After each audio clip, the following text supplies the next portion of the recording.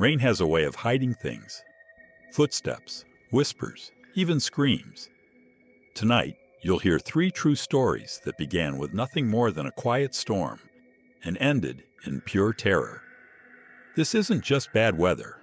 It's a warning.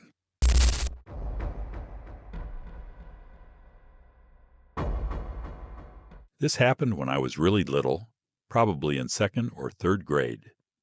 Most of my memories from back then are hazy, but this one has stuck with me for reasons you'll soon understand. It was a rainy school day, pouring nonstop. After picking me up, my parents had to leave again for some fancy event. Maybe a fundraiser or dinner, I'm not exactly sure. They were planning to come home that night, but the storm worsened, and it became too dangerous to drive.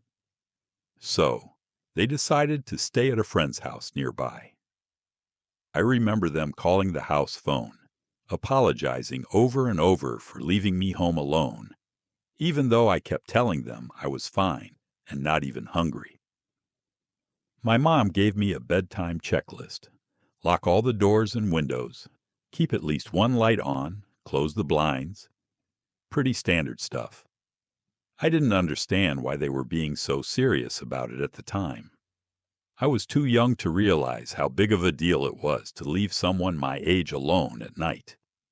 Honestly, I was kind of thrilled. No bedtime and all the candy I wanted. Since I didn't have a TV in my room, I stayed in the living room watching something on the couch. I figured I'd do everything my mom asked right before bed since I planned to stay up late anyway. But of course, after enough sugar and TV, I crashed without meaning to. I don't know what time I woke up, but the TV was in sleep mode, so it had been hours. I noticed right away how cold it was. Way colder than before. Sure, nights get colder, but this felt extreme. I considered going back to sleep, but then I remembered the checklist. Even back then, I knew Mom would find out if I skipped it. So I dragged myself off the couch and did the rounds. Checked the windows, shut the blinds, locked the doors, and flipped on a light. Everything seemed secure. I even touched a few windows to see if any were cracked open. They weren't. Still, the cold didn't make sense. I assumed the heater must have gone out because of the storm and didn't worry about it too much. Heading to my room, I finally realized how bad the weather had gotten. My bedroom had a big window, unlike the center-located living room. The rain was slamming the glass hard. Thunder boomed after every flash of lightning. I wasn't scared of storms, but I did get nervous a tree might fall on the house. Lying in bed, trying to fall back asleep, I started noticing strange sounds. Not from the storm, something else. Faint creaks, like someone stepping on old wooden boards. But my floor was fully carpeted. It didn't match storm noises either. It got under my skin. I sat up, listening carefully. Then lightning lit up the room. Everything looked fine. But my eyes landed on the wooden closet door. When the light flashed again, I saw something that froze me. The door was slightly open. I was completely sure it had been shut. Something had opened it. Something was in my room. I didn't scream. I didn't move. I just got up slowly and left the room as quietly as I could. That short walk felt like an eternity. I went downstairs and hid under the dining room table. That's when I finally broke down and cried. I was alone, and someone had entered my home. I don't know how long I stayed there, but then I heard footsteps. Not normal walking, uneven, like someone stumbling or jumping down the stairs. The steps got closer. Whoever it was seemed to know exactly where I was. I held my breath. And then I saw them. Two muddy bare legs stepped into view. Yellowish, scratched up, like they'd walked through thorns. I couldn't tell the gender. They were that disfigured. They were swaying, barely able to stand. Then they dropped something, a wrench. It hit the floor loudly. I was terrified they'd bend down and see me. But they didn't. They just stood there, not moving, not leaving. I held still, my heart pounding. Finally, they walked away. I listened as they stumbled around the house until eventually the front door opened and shut. They were gone. I stayed under the table for a long time. I was terrified and in shock. Eventually, I picked up the wrench and hid it, afraid my parents would find out I hadn't followed their instructions. In the morning, after checking the front door was locked, I went back to my room and fell asleep. I never told my parents. Not right away. I was too scared of getting in trouble. Years passed before I told them, and even then, it took some convincing for them to believe me. Looking back, keeping silent was a mistake. There was nothing they could do after the fact. That night changed me. I started sleeping with a nightlight and became afraid of the dark. I still don't fully understand what happened, but I'll never forget it.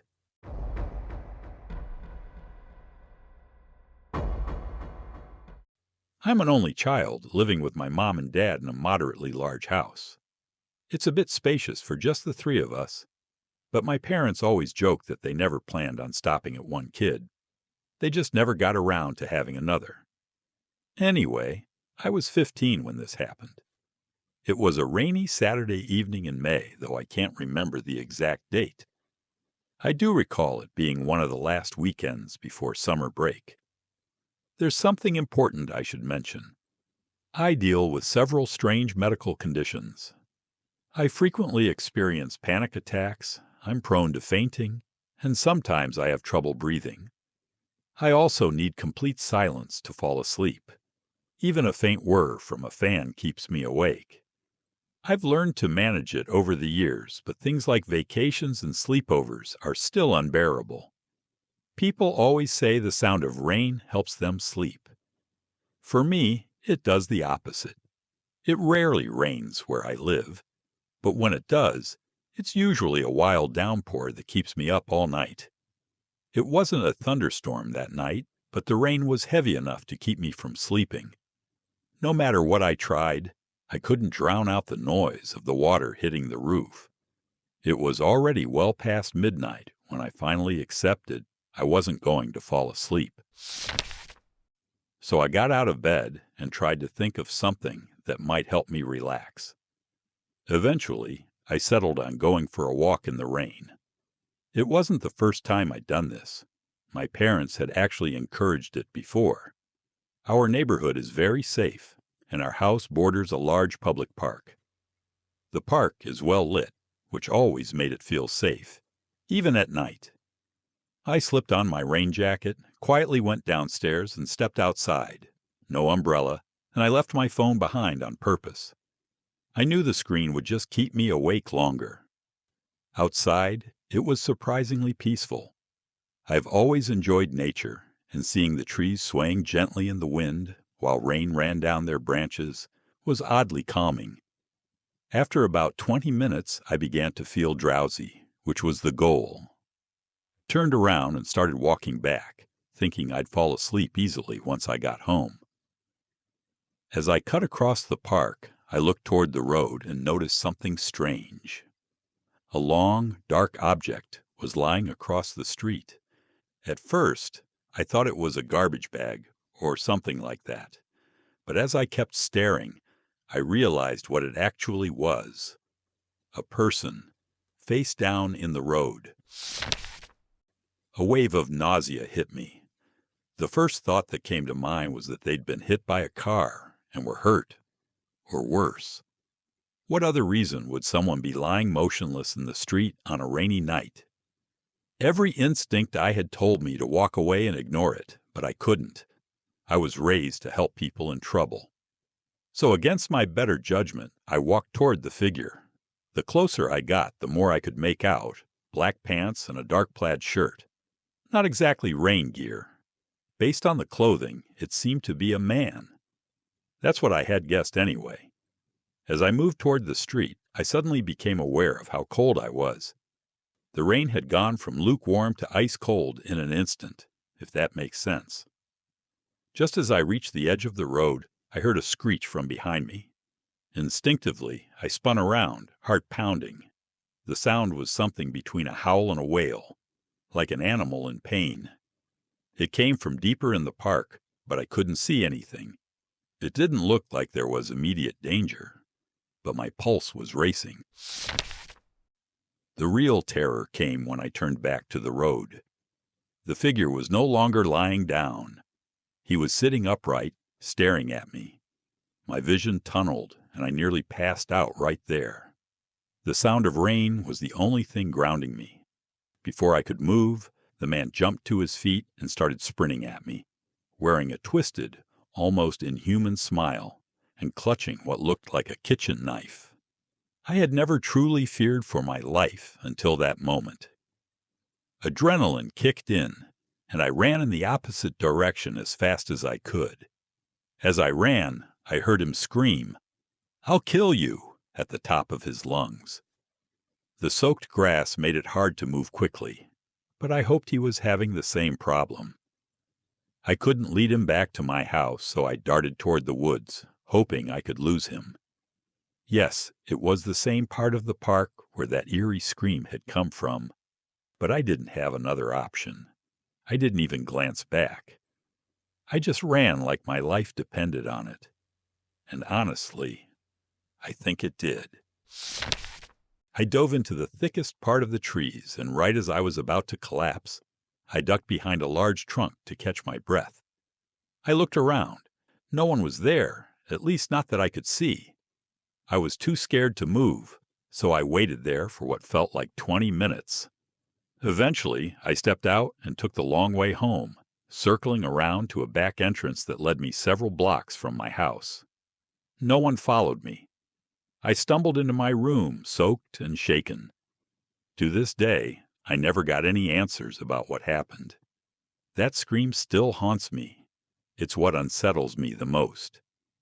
I doubt it was connected to the man, but the timing was just too perfect to ignore. Maybe he heard it too, looked up, and saw me. I have no idea. People say maybe he was high or mentally unstable. Maybe. But that doesn't explain the screech, and I've never heard anything like it since.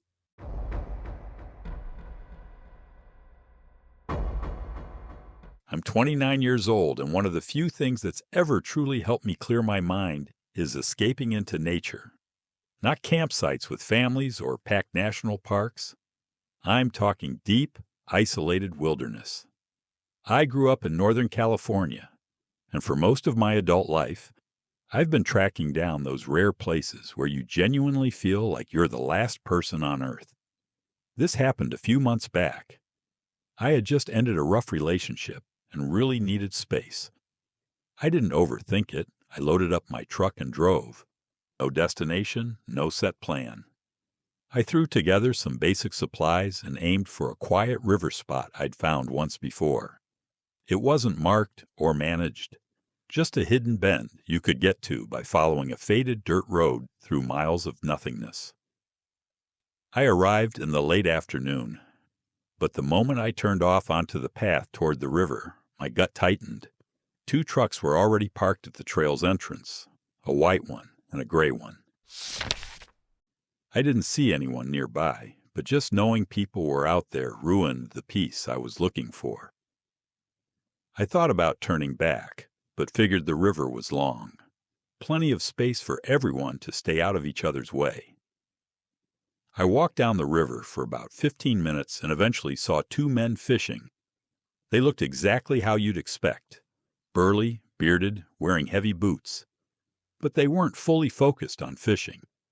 As I got closer, one of them quickly covered something with his jacket and gave me a weird half-smile. He called out, saying they were just shooting cans and didn't mean to scare me. I nodded and moved on. But his tone stuck with me. It felt rushed and off, like he was trying too hard to sound normal. Something felt off, but I convinced myself not to overthink it. People out in rural areas can be awkward, especially with strangers. I kept walking until I found a more hidden spot. tucked behind some thicker trees where the path curved out of view. It wasn't ideal, but private enough.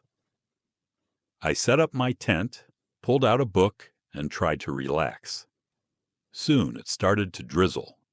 I threw on a rain jacket and let the sounds of the river and light rain wash over me. Later, I wandered down by the rocks near the water just to clear my head. That's when I saw someone on the opposite bank. It was the man who had shouted earlier.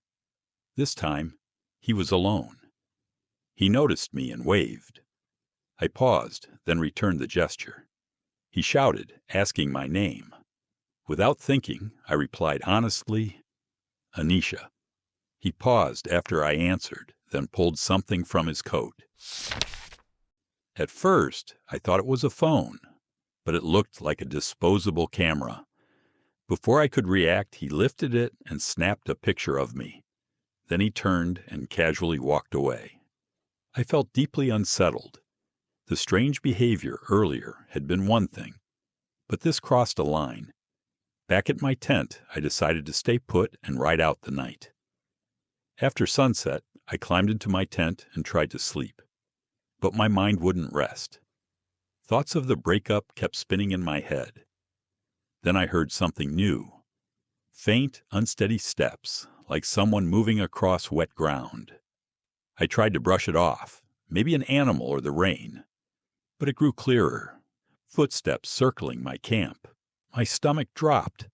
I didn't need to guess who it was. I'm not reckless. I never go out alone without protection. I reached for the handgun I keep beside my sleeping bag. Then I unzipped the tent and stepped into the rain. Flashlight in one hand, gun in the other. My heart pounded in my ears as I swept the light across the trees. And there he was, the same guy, half hiding behind a tree. He had no emotion on his face, just a blank stare. But in his left hand was a small axe. I froze. All I could think about was how far I was from anyone. No one would hear me if I screamed. But I lifted the gun and pointed it straight at him. I forced myself to speak firmly. "Leave now, or I'll shoot." He didn't react, just stood there. Then, after a pause, he muttered something about his friend Ivan trying to stop him from coming, and that he'd taken care of Ivan. That was it. I didn't wait. I fired a warning shot into the trees above him. He flinched. I aimed again and ordered him to drop the axe. He did. I felt a rush of relief. But I stayed alert. I told him to take off his shoes so he couldn't follow me easily. Then I checked him for weapons. Once I knew he was unarmed, I told him to bring my gear out from the tent. I watched every move as he tossed out my belongings. I grabbed the essentials, stuffed the axe into my pack, and threw his shoes deep into the woods. I ordered him to walk the other way. With the light trained on him, I waited until he disappeared into the darkness. Then I turned and rushed through the forest, barely using my flashlight. I didn't care if he followed. I just had to get out. When I finally reached my truck, both other vehicles were still there. I didn't stop. I jumped in and drove. Once I got phone service, I called the police and reported everything. I gave them the best directions I could. Months have passed. I have no idea what happened after that, and I don't want to know. But I still think about what he said, about taking care of Ivan. I don't like imagining what that meant. But I do know one thing. If I hadn't been armed that night, I might not be alive to tell this story.